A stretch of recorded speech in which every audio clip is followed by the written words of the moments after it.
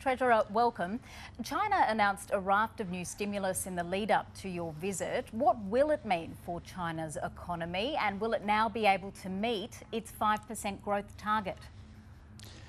Well, hi Kirsten. I mean, certainly that's the motivation behind the Chinese government announcing really a raft of measures to try and support growth and activity in their economy.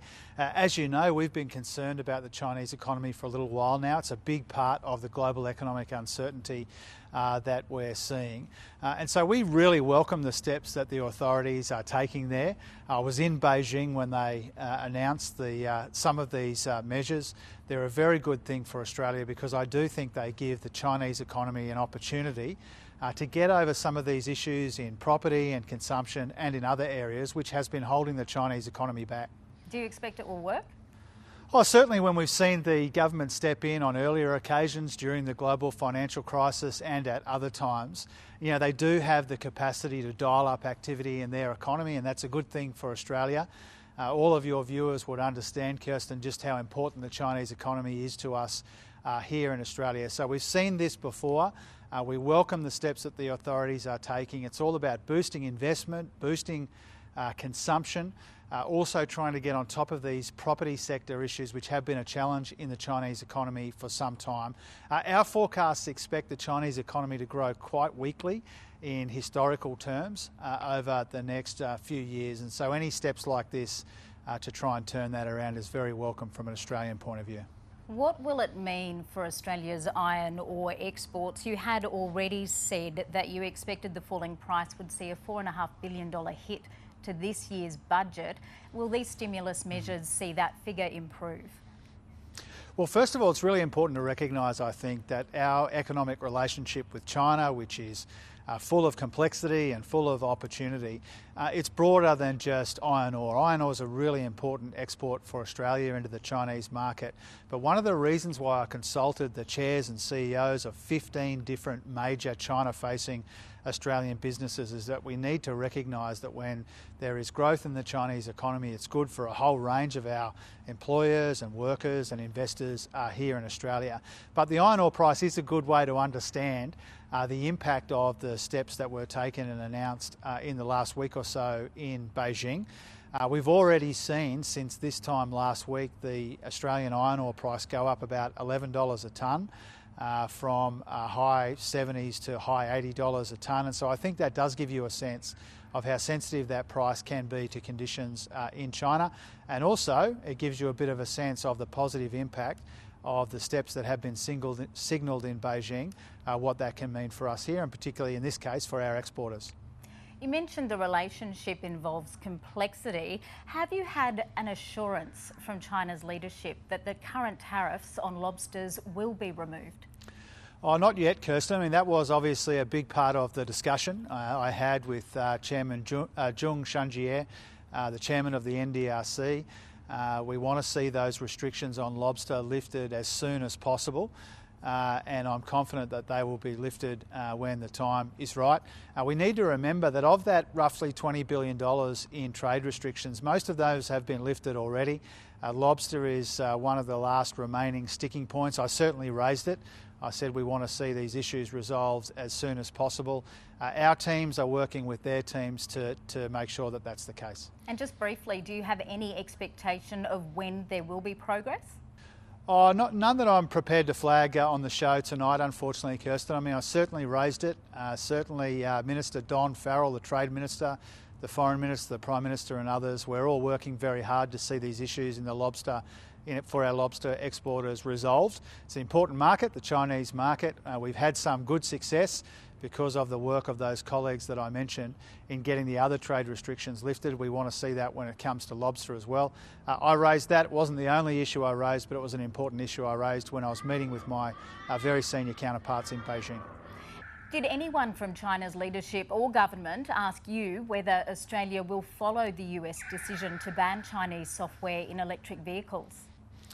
Not that specifically or not that directly. I mean, obviously there was a conversation about clean energy technology and how we make sure that the supply chains that we rely on and that the Chinese rely on, how they can be based on market principles that have served the global economy so well. But I was asked while I was there by one of your colleagues and counterparts in the media, and I was able to say, as Chris Bowen, the Minister, has said, that we don't intend to take the same steps that the Americans have taken. We don't intend to ban the importing of EVs from any one particular country, but we will continue to talk with the Americans about it.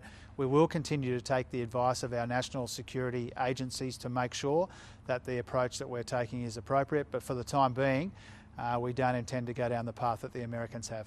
Does that mean there are circumstances that would prompt the government to reconsider its decision on that point?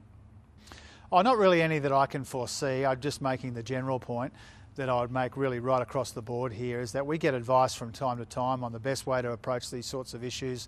We're not anticipating taking steps like our American friends have taken. We do understand the issues that are at play here. We keep them under review, but it's not our intention. We want to make sure that we have access to EV markets. We want to see Australians benefit from EVs where that's possible to do so. We'll keep an eye on the way that the technology and the supply chains evolve, but the position we've taken is I can't foresee us changing it, at least certainly for the time being.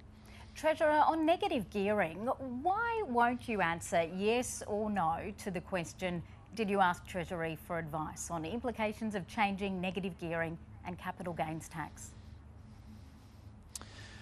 Well, because we don't typically go into the conversations that we have with our departments, I don't think it would be especially surprising to your viewers that we seek advice from time to time on different policies that are in the public domain or being debated in the Parliament.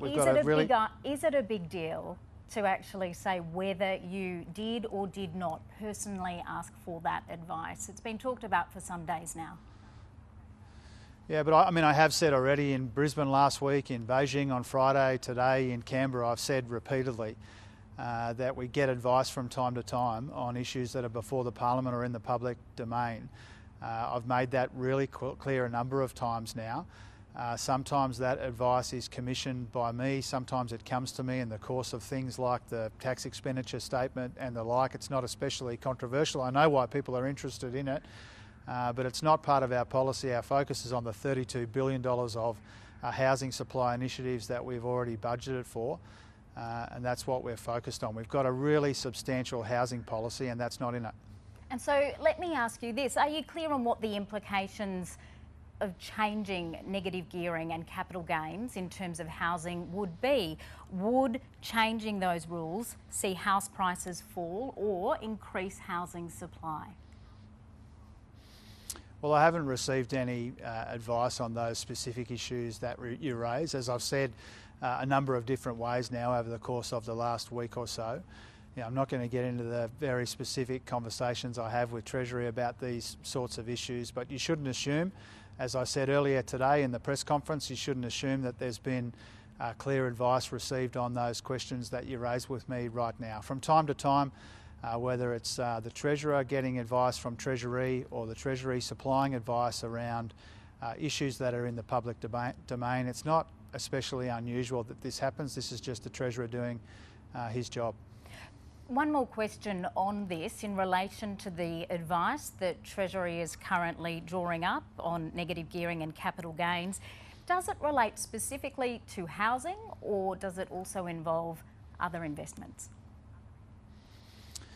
Well, it's not that specific, Kirsten. I've tried to explain that in a couple of different ways tonight and also on other occasions. You shouldn't make assumptions about how specific these conversations are. I'm not going into the detail of them. Treasurers from time to time get advice from Treasuries on issues that are in the public domain. And frankly, my focus hasn't been here. My focus has been on the good inflation numbers we got last week.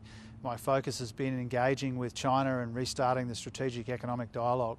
My focus has been detailing today with Katie Gallagher the second consecutive surplus under this government. For the first time that's happened back to back in almost 2 decades. Those have been the things that I have been focused on. I understand I'll get asked questions about these other issues from time to time, but we detailed the second surplus today.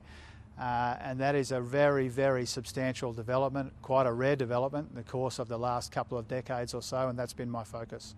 Jim Chalmers, thanks for joining the program. Thanks, Kirsten.